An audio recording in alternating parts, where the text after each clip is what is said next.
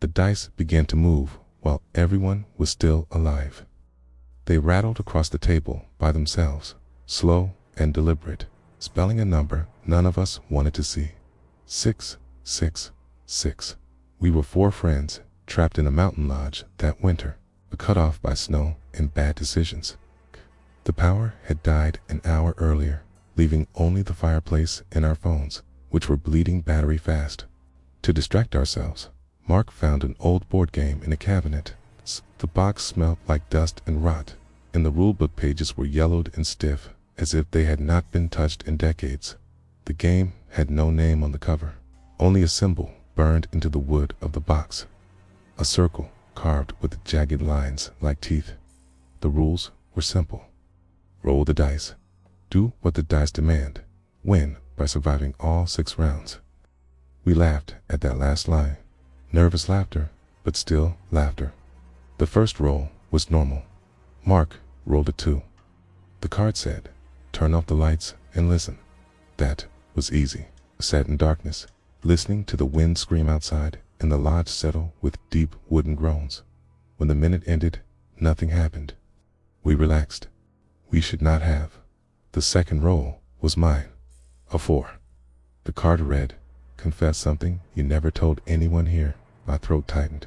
Told him about the accident I caused years ago, how someone else took the blame. The fire cracked louder when I finished, and I swear, the shadows leaned closer. Still, nothing happened. We told ourselves it was only our nerves. Then the dice rolled by themselves.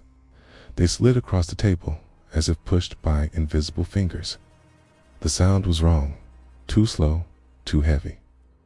When they stopped, all 3 showed 6. The room dropped in temperature instantly. Our breath turned white.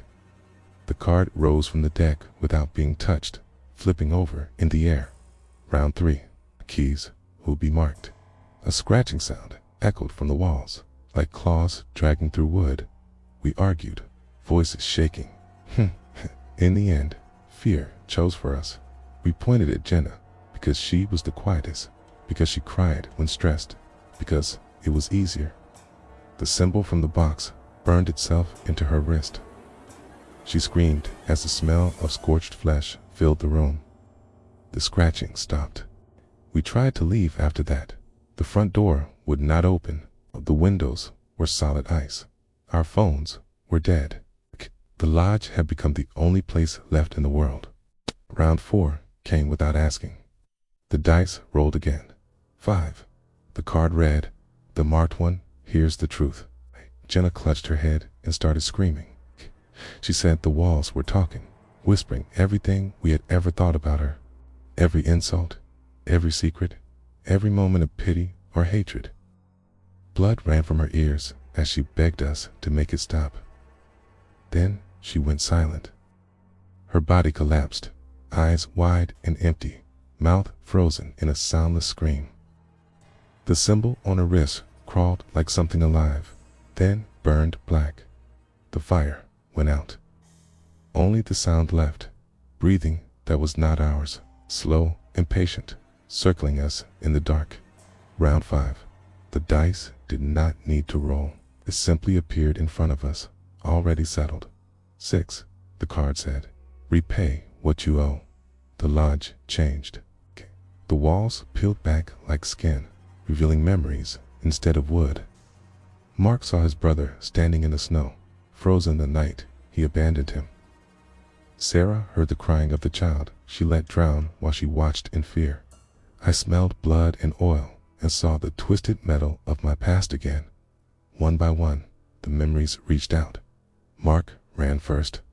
The floor opened under him, swallowing his screams. Sarah tried to pray, but the words were torn from her mouth as hands dragged her into the walls. I was alone when round 6 began. The dice rolled in the air, spinning endlessly, then dropped into my hands. They were warm like living flesh. The final card turned itself over. "You may leave." Someone must stay to roll again. The breathing stopped. The lodge waited. I understood then. The game was not meant to end. It was meant to be fed. I placed the dice on the table and stepped back. The door opened behind me, warm light spilling in. As I crossed the threshold, I heard the dice roll once more. Inside the lodge, something smiled. Now I am home, safe, awake at night, 'cause sometimes, when everything is quiet, I hear dice rattling in the dark. And I know the game is waiting for new players. If you enjoyed the story, then please like and subscribe. Thanks for listening.